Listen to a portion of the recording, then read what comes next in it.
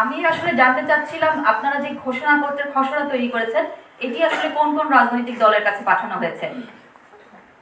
না, যে খসড়াটি আছে ওই খসড়াটি আমরা ফর্মালি অনেকগুলো, ফর্মালি আমরা বলিনি কারোর সাথে, কিন্তু ইনফর্মালি আমরা অনেকগুলো গ্রুপের সাথে কথা বলেছি।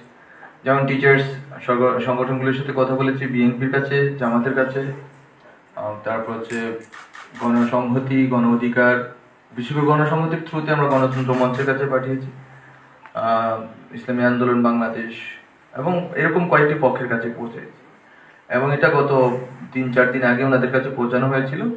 ওনাদের মন্তব্য পেয়েছি, কিন্তু ওনাদের মন্তব্যের জায়গাটা যদি সংশ্লেষণ করা হয় সেটা হচ্ছে এই জায়গাতে ওনারা ঘোষণাপত্রটি অধিকাংশ ক্লজেই ওনারা একমত, কয়েকটা ক্লজে ওনাদের দ্বিমত আছে। এই দ্বিমতগুলো ওনারা ওনাদের পার্টির ইন্টারনাল ফোরামে এবং এক্সটার্নাল বিভিন্ন বিশেষজ্ঞদের সাথে কথা বলে এটা নিশ্চিত হতে চাচ্ছেন এবং ওনারা নিজেরাও কিছু প্রস্তাব দিতে চাচ্ছেন।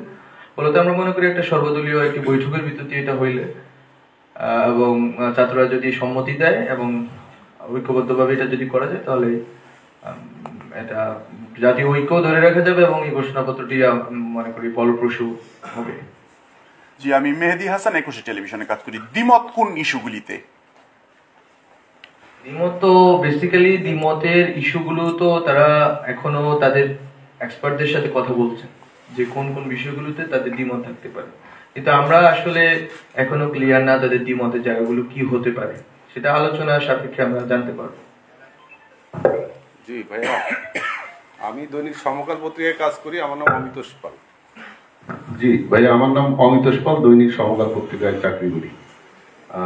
আচ্ছা, জাতীয় পার্টি গত আপনার স্বৈরাচার সরকারের সঙ্গে সম্পৃক্ত ছিল, তো তাদেরকে আপনারা তাদের সঙ্গে কথা বলেছেন কিনা? পাশাপাশি কোনো বাম রাজনৈতিক যে দলগুলো আছে এদের সঙ্গে আপনাদের কথা হয়েছে কিনা এই বিষয়ে একটু জানতে চাই। গত তিনটি নির্বাচনে বলতে 18 সালে ইলেকশনে তারপরে একটি বিষয় আছে যে রাজনৈতিক দলগুলো অংশগ্রহণ করেছিল এবং প্রতারিত হয়েছে।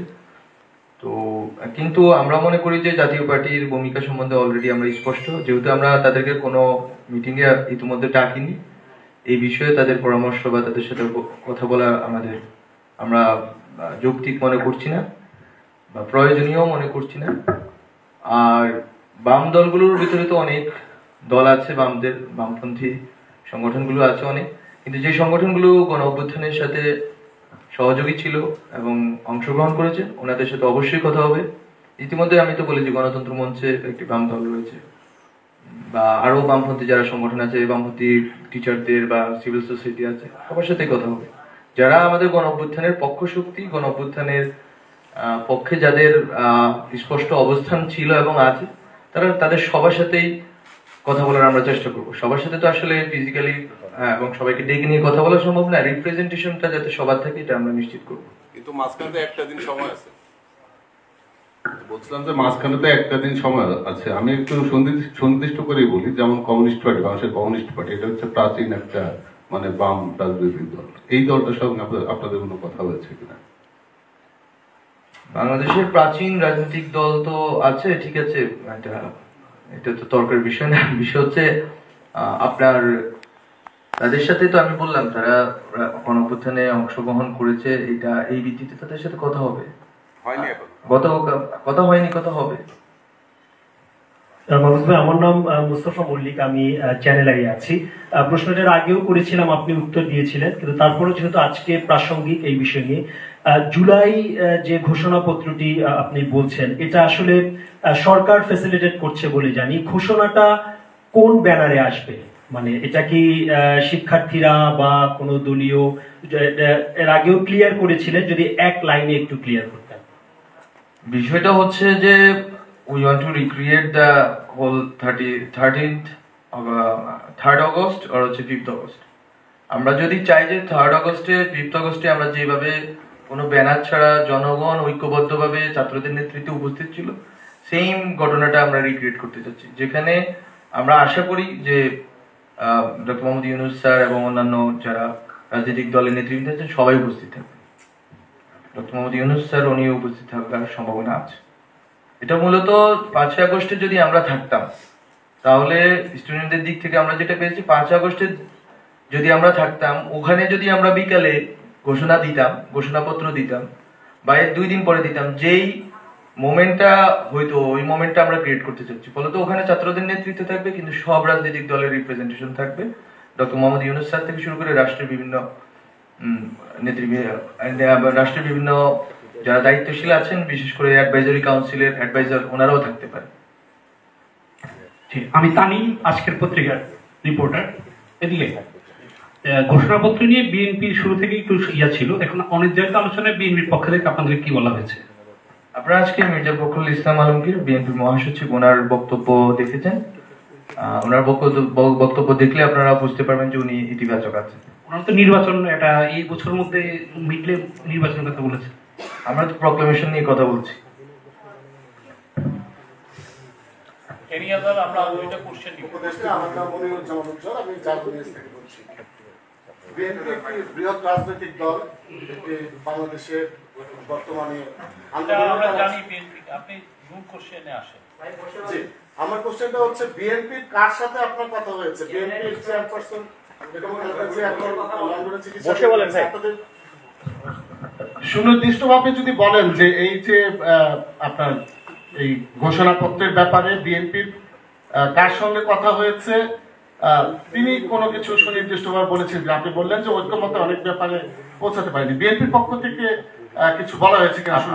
আপনি প্রথম আলোর আজকে মির্জা ফখরুল ইসলাম আলমগীরের প্রেস ব্রিফিং, যেটা বিএনপির প্রেস ব্রিফিং, সেটা দেখলে আপনি স্পষ্ট হবেন। ওনারা তো ওখানে বলেছেন যে আসলে 1 বা 2 দিনে এই বিষয়ে সিদ্ধান্ত জানানো সম্ভব না, তারা আরো সময় নেবেন। এই কথাটা তারা প্রেস ব্রিফিং বলেছেন, এটাকে আপনারা কিভাবে দেখছেন? সময় তো নেওয়াটা যৌক্তিক, ওনারা সময় নিতে পারেন, কিন্তু আমরা চাচ্ছি যে ওনারা সময় নিন, সেটা সমস্যা না, কিন্তু 2 পৃষ্ঠা বা 3 পৃষ্ঠার একটি বিষয়ে এবং এই জাতীয় গুরুত্বপূর্ণ বিষয় ওনাদের পর্যালোচনা, যেরকম ভাবে এটা একটা সীমিত কয়েকটা বাক্য, এট দ্য সেম টাইম এটা তো জাতীয় গুরুত্বপূর্ণ একটি ইস্যু, এটা এত বড় একটি অভ্যুত্থানের যেহেতু দলিল, ফলত আমরা মনে করি ওনারা সময় নিতে পারেন, কিন্তু সময়টা যাতে এমন না হয় যার কারণে হচ্ছে যে অন্যদের ভিতরে এক ধরনের উত্তেজনা অথবা এক ধরনের সংশয় তৈরি হয়।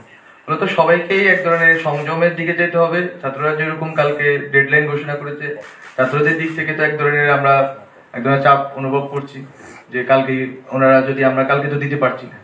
আবার বিএনপি জায়গা থেকে ওনাদের দাবিও যৌক্তিক যে ঠিক আছে সময় লাগবে, ওনাদের একটু বোঝাপড়ার দরকার আছে, অন্যান্য স্টেক হোল্ডারদের সাথে কথা বলা দরকার আছে, কিন্তু সব মিলিয়ে আমরা চাচ্ছি যে সময়টা ওনারা সব পর্যালোচনা করেই বৃহস্পতিবার পরশু বসেন আমাদের সাথে, ডক্টর মোহাম্মদ ইউনূস স্যার উপস্থিত থাকবেন এবং বসে কথা বলেন। ওনারা যত ধরনের পর্যালোচনা আছে সবগুলো ইতিমধ্যে যেহেতু যাবে সবার কাছে, সবাই বসে কথা বললে হয়তো এটা একটা আমরা স্পষ্ট হয়ে যেতে পারবো যে কোথায় আমরা গিয়ে দাঁড়াতে চাচ্ছি এবং কতটুকু কাটছাট অথবা কতটুকু যোগ বিয়োগ করতে হবে।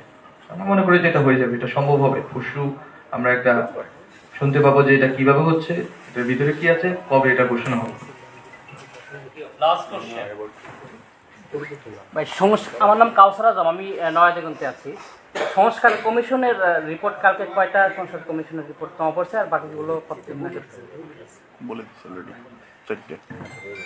কালকে সংস্কার কমিশনের 4টা সংস্কার কমিশন আসবেন, এসে চিফ অ্যাডভাইজারের যে কার্যালয় তেজগাঁওয়ে ওনারা চিফ অ্যাডভাইজার এবং অন্যান্য অ্যাডভাইজাররা থাকবেন, আমাদের মাহফুজ আলম মনিও থাকবেন, ওনাদের কাছে এইটা হ্যান্ড ওভার করবেন। করার পরে এটা নিয়ে একটু আলাপ হবে, পুরো জিনিসটা ওরা বলবেন যে কি কি ফাইন্ডিংস আছে, কি কি বিষয় আছে, বিশদ বর্ণনা থাকবে। থাকার পরে যেটা হবে যে 1:30টা পর্যন্ত আমরা এক্সপেক্ট করছি এই মিটিংটা হবে।